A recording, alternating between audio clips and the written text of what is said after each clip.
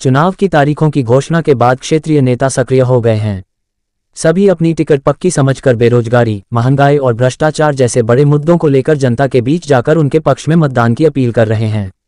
बावल विधानसभा से कांग्रेस की टिकट पर 99% अधिकार जताकर आज डॉक्टर टीना कर्मवीर ने भी आज अपना चुनावी कार्यालय का उद्घाटन कर दिया है। टीना कर्मवीर का कहना है कि बावल पिछले 10 वर्षों में विकास के नाम पर पिछड़ गया है। कांग्रेस पार्टी यदि उन्हें चुनाव लड़ने का अवसर देती है तो वह क्षेत्र का चहुमुखी विकास करने के साथ साथ बेरोजगारी, महंगाई और भ्रष्टाचार को मिटाने का भी काम करेंगी। उन्होंने कहा कि बावल की बदहाल सड़कों में सड़कें कम और गड्ढे ज्यादा नजर आते हैं, जिसके चलते अब परिवार में अपने बच्चों का नाम विकास रखने से भी लोग कतराने लगे हैं। आपको बता दें कि डॉक्टर टीना कर्मवीर ने वर्ष 2016 में कांग्रेस पार्टी को ज्वाइन किया था। कांग्रेस पार्टी ने टीना कर्मवीर का पार्टी के प्रति समर्पण देखते हुए उन्हें राष्ट्रीय प्रवक्ता बनाया। उसी दिन से आज तक उन्होंने पीछे मुड़कर नहीं देखा और पार्टी के साथ कंधे से कंधा मिलाकर काम कर रही है। राहुल गांधी की भारत जोड़ो यात्रा में भी उन्होंने अपनी अहम भूमिका निभाई थी। अब देखना होगा कि कांग्रेस पार्टी टीना कर्मवीर की मेहनत और लगन को देखते हुए क्या उन्हें बावल विधानसभा से अपना प्रत्याशी बनाएगी या फिर टीना को इसके लिए अभी और मेहनत करनी पड़ेगी। सबसे पहले तो आप सभी का बहुत बहुत धन्यवाद और आभार व्यक्त करती हूँ। मैं तमाम बावल के बावलवासियों का धन्यवाद व्यक्त करती हूँ, क्योंकि आज इस उपलक्ष्य पर आप सब लोग शामिल हुए और सभी लोग शामिल हुए, इसके लिए मैं दिल से आभार व्यक्त करती हूँ, हृदय से आभार व्यक्त करती हूँ। क्योंकि देखिए, आज ये दिन बहुत अहम है। ये इसलिए भी अहम है कि सिर्फ एक कार्यालय का उद्घाटन नहीं, जबकि एक जिसे कहे एक शुरुआत है। मैं अपने आप को कहती हूँ कि मैं बावल की बेटी, तो मुझे जो ये सम्मान और ये जो विश्वास बावल की जनता ने दिखाया है, दिया है, मैं उसकी तहे दिल से हमेशा आभारी रहूंगी। कहते हैं कि जिसने भी दिया जिंदगी भर कतरा भर, हम उसको वक्त आने पर समंदर भर लौटाएंगे। और ये मैं इसलिए कह रही हूँ क्योंकि एक उम्मीद है। और जिस तरीके से राजनीति में आप देखेंगे महिलाओं का स्थान बहुत कम है और महिलाओं की भागीदारी भी बहुत कम है, उसमें अगर हम लोग इस कदम तक अगर एक पहला कदम भी बढ़ाया है तो मेरे लिए गर्व की बात है। क्योंकि किसी भी बेटी के लिए ये बड़ी गर्व की बात होती है कि राजनीति में कदम रखने जा रही हूँ। और आपको मैं बता दूं कि इससे पहले, क्योंकि हम पार्टी के लगातार टीवी डिबेट के माध्यम से अपना पक्ष रखती आ रही हूँ और लगातार जिस तरीके से विश्वविद्यालय में मैं पढ़ाती भी हूँ, और मुझे इस बात का गर्व है कि मैं एक अपने क्षेत्र से, क्योंकि ये बावल मेरी जन्मभूमि है और कर्म भूमि हालांकि मेरी दिल्ली रही है, लेकिन जिस जन्मभूमि, जो आपकी जन्मभूमि होती है, वहां से जब आप शुरुआत करते हैं तो लोगों का भरोसा होता है, आप पर यकीन होता है, उसको आप किस तरीके से खरे उतरते हैं ये आगे देखने का विषय है।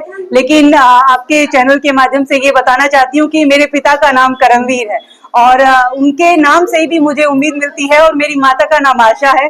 तो कर्म करते रहना है। और जिस तरीके से श्री कृष्ण ने कहा था अर्जुन से कि कर्म करते जाओ, फल की इच्छा मत करो, तो हम लगातार कर्म कर रहे हैं कि बावल विधानसभा में जो तैयारी कर रहे हैं और उसके बाद जो है एक आशा है, क्योंकि आशा बनी रहे और उस आशा के साथ हम राजनीति में आ रहे हैं। तो इलेक्टोरल पॉलिटिक्स में मैं समझती हूँ बहुत जरूरी है महिलाओं की भागीदारिता।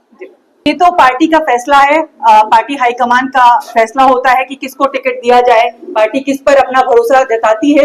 लेकिन हम लोग संगठन से जुड़े हुए लोग हैं।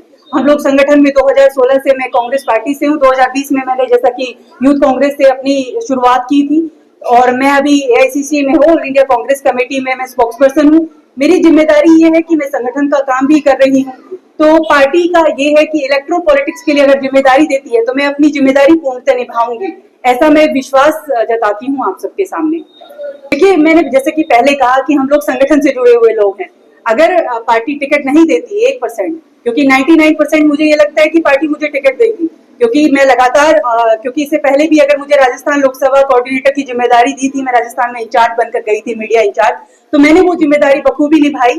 उसके बाद से मैंने निर्णय लिया कि मैं अपने विधानसभा में अपने सक्रिय भूमिका निभाऊंगी। तो मुझे लगता है कि मुझे पूरी उम्मीद है पार्टी मुझे टिकट दे। अगर नहीं भी देती है तो मैं संगठन में तो काम कर ही रही हूँ। देखिए, सबसे जरूरी जो मुख्य मुद्दा मुझे लगता है रोजगार का मुद्दा। ये हम सिर्फ हरियाणा प्रदेश की बात नहीं करेंगे, पूरे देश के अंदर ही, पूरे देश की, क्योंकि देखिए मोदी साहब ने एक वादा किया था 2 करोड़ नौकरियां देने का। कायदे से तो 20 करोड़ नौकरियां 10 सालों में मिल जानी चाहिए थी, लेकिन नौकरियां नहीं मिली। और लेकिन अगर मैं अपने क्षेत्र की बात करूं तो हमारे यहाँ पे भी नौकरियां कहाँ हैं।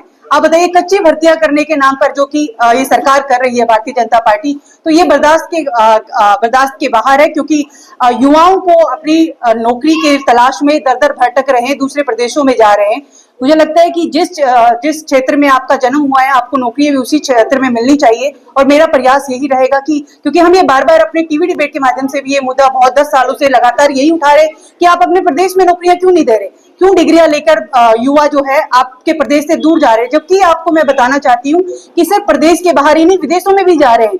इजराइल जैसी जगह में जो वॉर की स्थिति है, जहां पर रशिया में जहां वॉर चला हुआ, वहां पर ये लोग दूसरे हमारे हरियाणा से लोग जा रहे हैं। तो ये बड़ी विडंबना है। और मुझे लगता है कि सबसे जरूरी जो मुद्दा बेरोजगारी का ही मुझे लगता है। और बाकी तो तमाम मुद्दे हैं, महंगाई है, सड़कों का मुद्दा है कि यहाँ सड़कों से ज्यादा खड्डे हैं। आपने देखा होगा कि कैसी व्यवस्था की गई है।